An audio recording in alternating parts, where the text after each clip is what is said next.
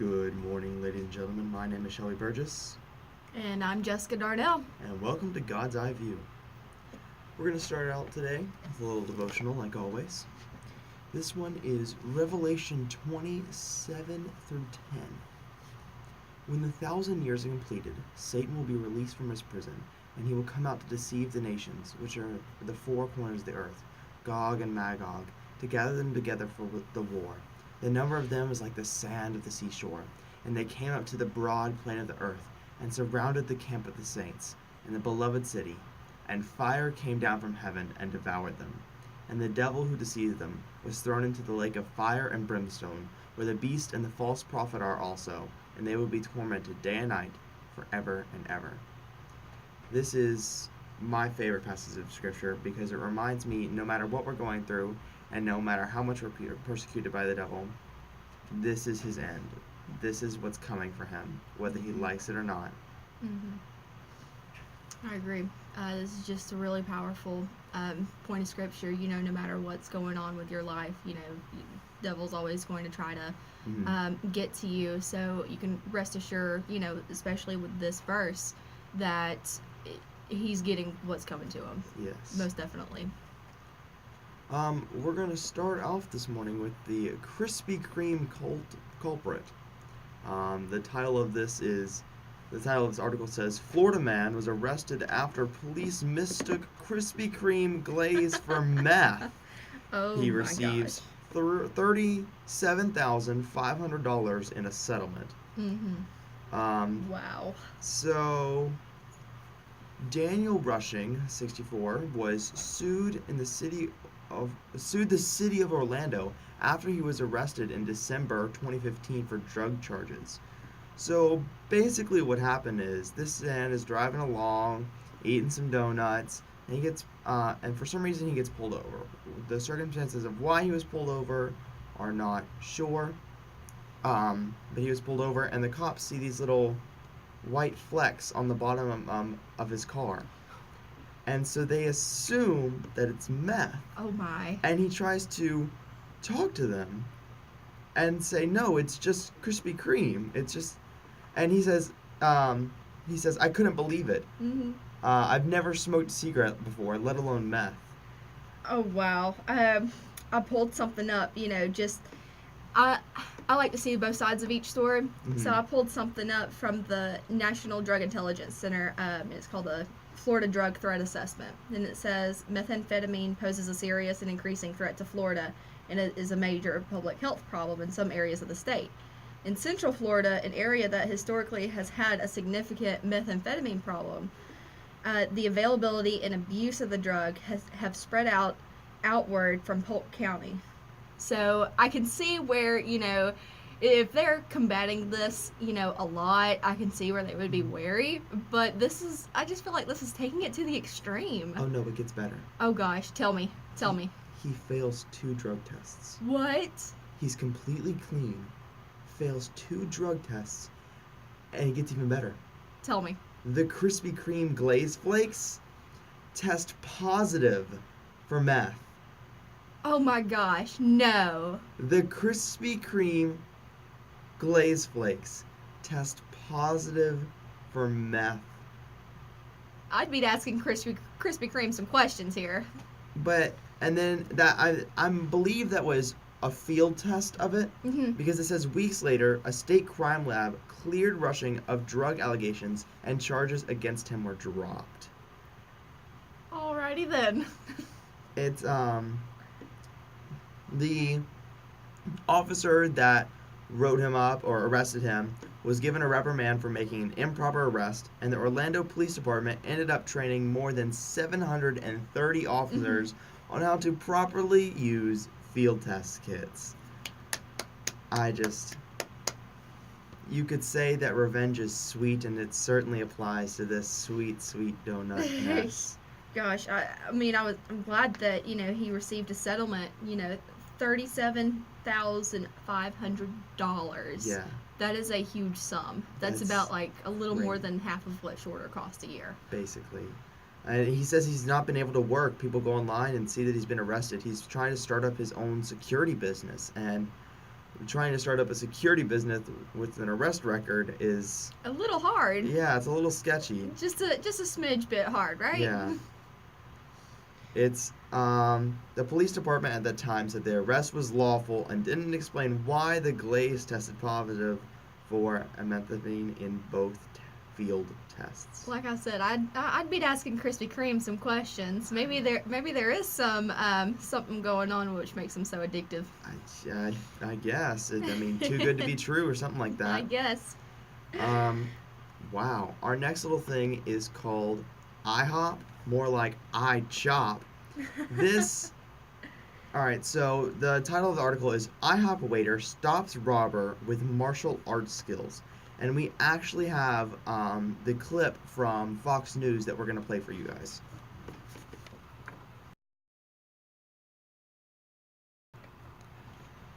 That was crazy. Yeah, it was. That's almost unheard of sometimes. I mean, I've heard about like little gas station scuffles, but I've never heard. Right. This is just so bizarre. San Antonio, Texas. I mean, it was crazy, and see, it wasn't like anybody was in. I don't believe people were in the restaurant because the article says that he was opening the restaurant early Thursday when he heard the cash register. It.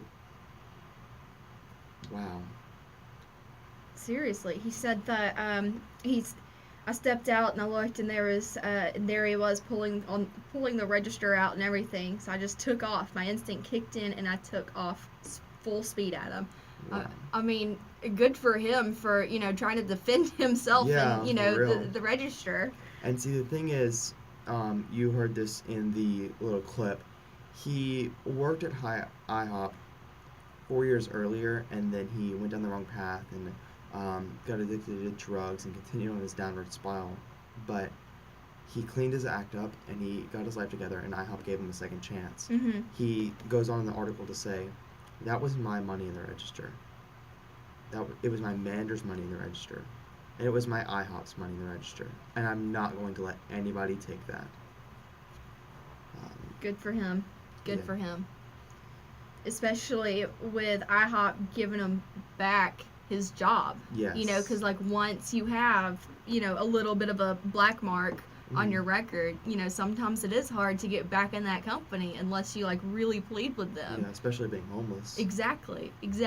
And I just got to go out on a limb here and say that I really commend him for turning his life around. I think we all know somebody who's been affected by meth or by drugs in general. And I just got to say I commend him for, just quitting it and turning it around. It was one bone I would like to pick is the managers. They congratulated him on his service, and I don't know, it just feels kind of lacking almost. I'm not reprimanding anybody, but I'm saying this man, beat up a robber that was trying to rob your store, and you gave him a pat on the back. I mean, that's something that should be, seriously celebrated. Yes. At least a little bit more than just a pat on the back. An Employee of the Month plaque, or I mean. Yeah, I mean, I think that's a little bit worthy of Employee of the Month, don't you think? I think that's just a wee bit. Maybe just a smidge. He has, what is it? Is it a triple or a double degree in black belt? According to, I believe it's a third degree black belt. Yeah. I mean, I'd be afraid to mess with him anyways. I mean, that's crazy. I took karate as a kid and only got, and I see it, when I took karate, I went up to my yellow belt, and then for some reason they pulled me out of the karate class. And then when we moved and I went to another karate class, it was too expensive to move up to a yellow belt. I mean, I've completed my yellow belt training twice, but it was too expensive to actually get the yellow belt, so we pulled out of that karate class too. So I know basically nothing. Like, this guy, in comparison to me or any other person on the street, is insane. I think that also might be a tribute to his turnaround. Yeah. Getting a third degree black belt, that takes a lot of hard work and dedication. Right. Especially once you get close to a sensei like that. You start working with him, you start taking on responsibilities. He might even, I don't know this guy's life, but it sounds like he could even be an assistant to his sensei and whatnot. Third degree black belt. That's pretty up there. Yeah. I have not really, gone into any training, so I commend you for doing what you've done. But the only thing I've done was like self-defense classes, and even then, I'm like, Yeah, oh my gosh. I was like 10 though. So Yeah, well, it doesn't really count. Still, I mean, you still took classes. Yeah, that makes sense. That was still your time. That is true. But yes. Dang. And one thing that I want to point out was that he tried to apologize to the robber for hitting him. No, I believe it was the robber. No. The robber was telling him that he starts trying to apologize and, man, I'm sorry. I know I hit you. I know I'm trying to steal your money, but just give it to me. I need it really bad. And, oh, yeah. It was the robber that was apologizing for beating him up. And, like, whoa. Because the robber took the crowbar and whacked him upside the head with it. Oh my gosh. Yeah, he got hit with the crowbar and was still fighting this guy. What? Yeah, this guy's hardcore. Oh my gosh. Yeah. All right. It takes dedication. Twist. Takes dedication to a whole nother level. Most definitely. He actually says he empathizes with the guy because he knows what it's like to be in that type of situation where you need money really bad. Right. Being on drugs and whatnot. He says in the little news clip, he says he understands. Mm-hmm. He understands why, but he still, doesn't condone it because obviously he's turned his life around, so he's not a part of that anymore. Right. That's wow.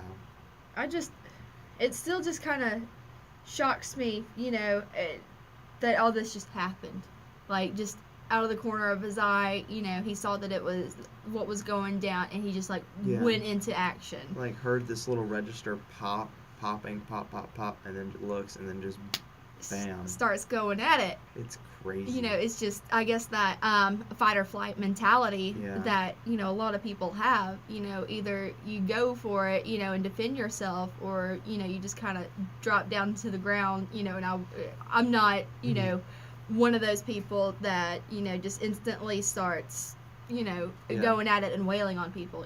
I will literally drop down to the ground and hide under something if something like that happens. You know what I mean?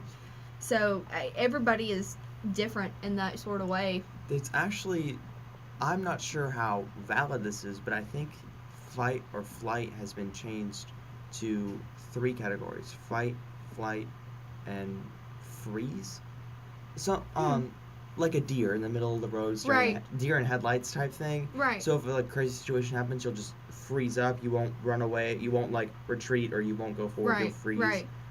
I think that's also, but yeah, between police arresting a guy eating Krispy Kreme and a guy beaten up, have you ever had any crazy cop stories? Oh gosh. I've had one. This wasn't having to deal with me, but I've heard about it happening.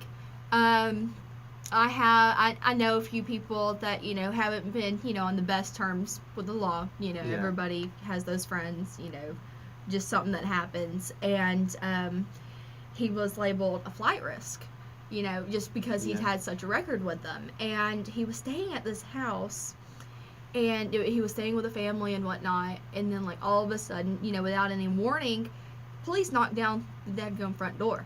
What? No joke. I don't know what happened. It was just something that I had heard about from, other friends and whatnot. That's crazy. But the police knocked down the door and started, searching the whole house. I've heard that he, the police, kicked down a door and led straight to a bedroom. And the person who was sleeping in there had a Coke. He fell asleep drinking a Coke, and the Coke spilled. No joke. Coke went all around, and you could see where, he had dropped the Coke because he had guns pointed at him. And this was at 3 in the morning. What in the world? I know. It was crazy, and obviously I just heard it through the grapevine, so I don't know, how true one thing or the other is. But, just that you never know what happens. Wow. Especially at 3 in the morning. That's crazy. What's yours, Shelby? Well, we do senior pranks at my high. We did senior pranks at my high school every year, and this past year we ran a couple by our principal to make sure they were harmless and non-destructive and whatnot. He said that was okay.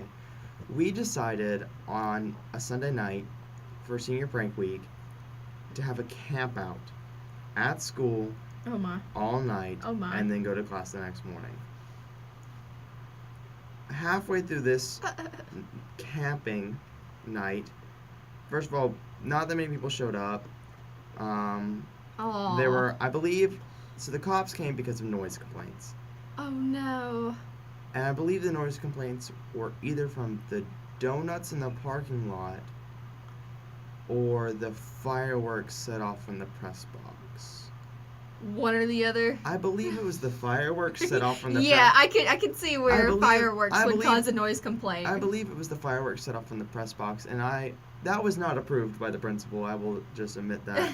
They were, because they did not only donuts in the parking lot, but they did donuts in like a grass area. Right. And so like the whole week, everybody was the whole administrative staff was very tense because that's destruction of property. Right. As far as for the firework,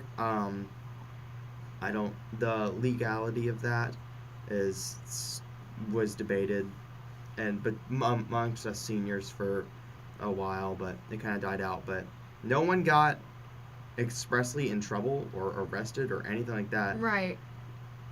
But someone gets a phone call. Someone leaves because they're scared the cops are gonna come, and so everybody's like scramming. But then they kind of calm down. Some people come back. We're just chilling. Oh wow. Someone gets a phone call from one of the people that had already left and said Mhm. cops just passed them on the way to the high school. So Ooh. everybody gets in their cars, trucks, and just Gets out. darts. I live across the street from school. I rode my longboard to that. Oh no. I was not able to leave before the cops arrived because Shelby. everybody left me there and I was alone going home. Oh my. And so I'm just walking, Shelby. and this cop pulls up to me, lights and everything, and I'm like, great. Oh no. He asked what I'm there for. I said we were having a little stay overnight and whatnot. He said, do you know anything about fireworks? And I said, I did not set off any fireworks, indicating that other people did. And he said, you did not? I said, no, sir, I personally did not set off did any not fireworks. do anything. He said, all right. Someone else pulled back up. I don't remember who it was. He had questioned them. Yeah. He basically just reported who all was me and the other guy that was in his truck was there, Right. and told me I could leave. Funny thing is, so like the gates to the front of the school are closed, Mhm. but I didn't want to have to like walk all the way around to the bus ramp where the gates were open. So I asked him if it was okay if I slip under the gate, slip through the gate like I normally do. He said, whatever way you get home. So I went home. That was my crazy cop running story. Oh my gosh, Shelby. There was actually this one guy that rode his four-wheeler through the hallway. Yeah. I believe he rode his four-wheeler through the hallway and then outside in the bus ramp. Cops were chasing him down. Oh no. I mean, but this prank was approved. That's Right. the funny thing is, this prank But was... the fireworks weren't. No, this is a different day. This is like... Oh, no, my bad. That was Sunday night. I'm talking like Friday, maybe a Thursday, where during lunch it was approved that he could ride his four-wheeler or some motorized vehicle Right. down the hallway. That was approved Whoa. by the principal. What?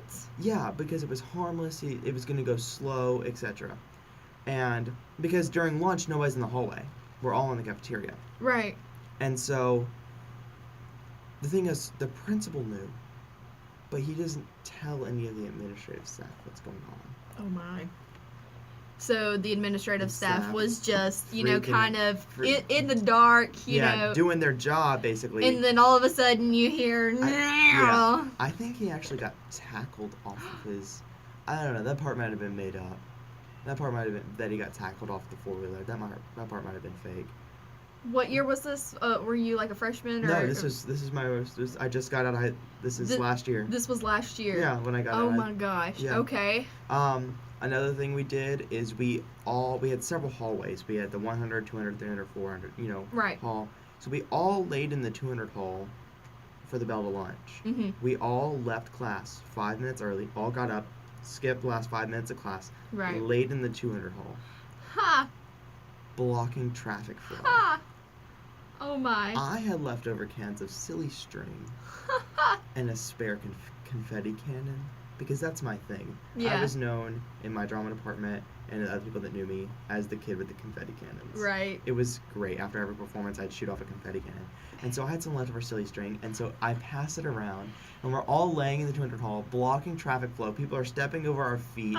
We're spraying people with silly string. What? At one point, I shoot off a confetti cannon. It was great.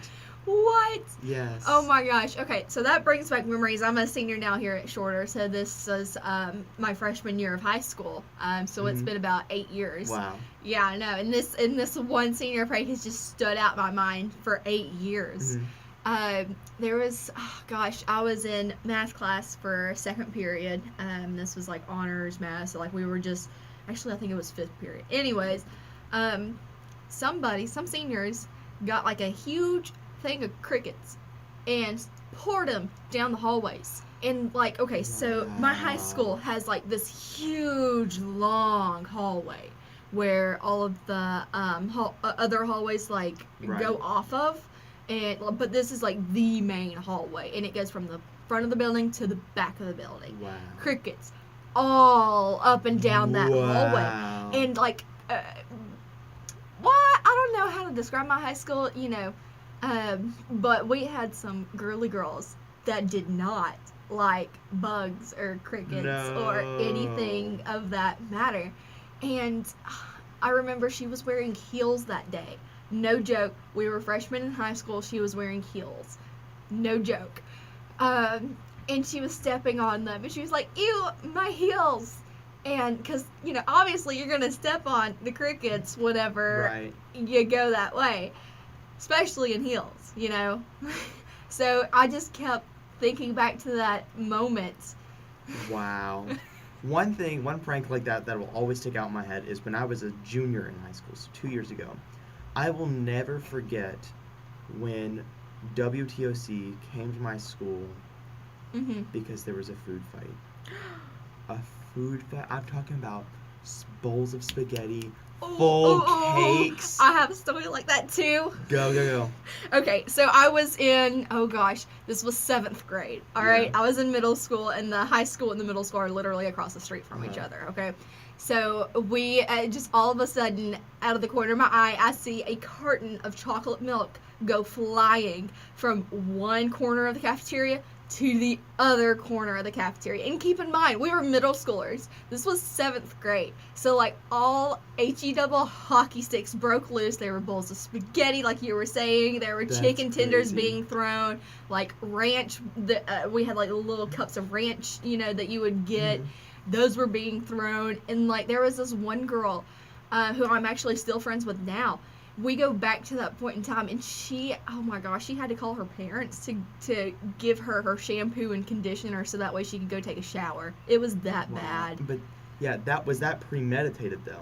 I wasn't involved with it, so I don't know one way or the other. The one that the seniors did was premeditated. Like, people were bringing in food. Like, I saw someone walking with a whole store-bought cake. Oh my gosh. Some other people, I don't know if there might have been eggs.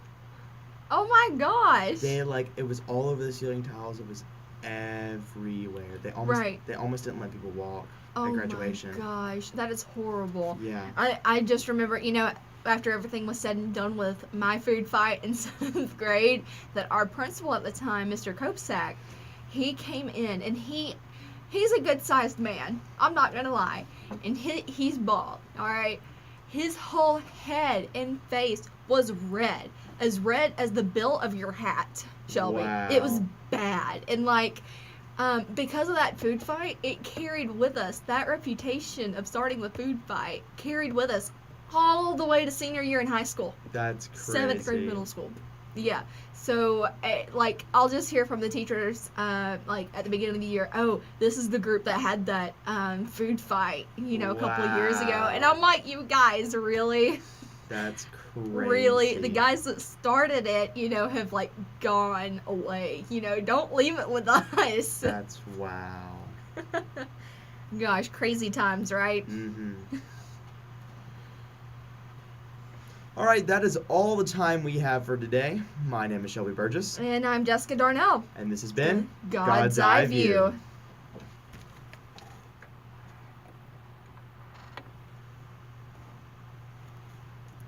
Boom. Thank you. You're more than welcome.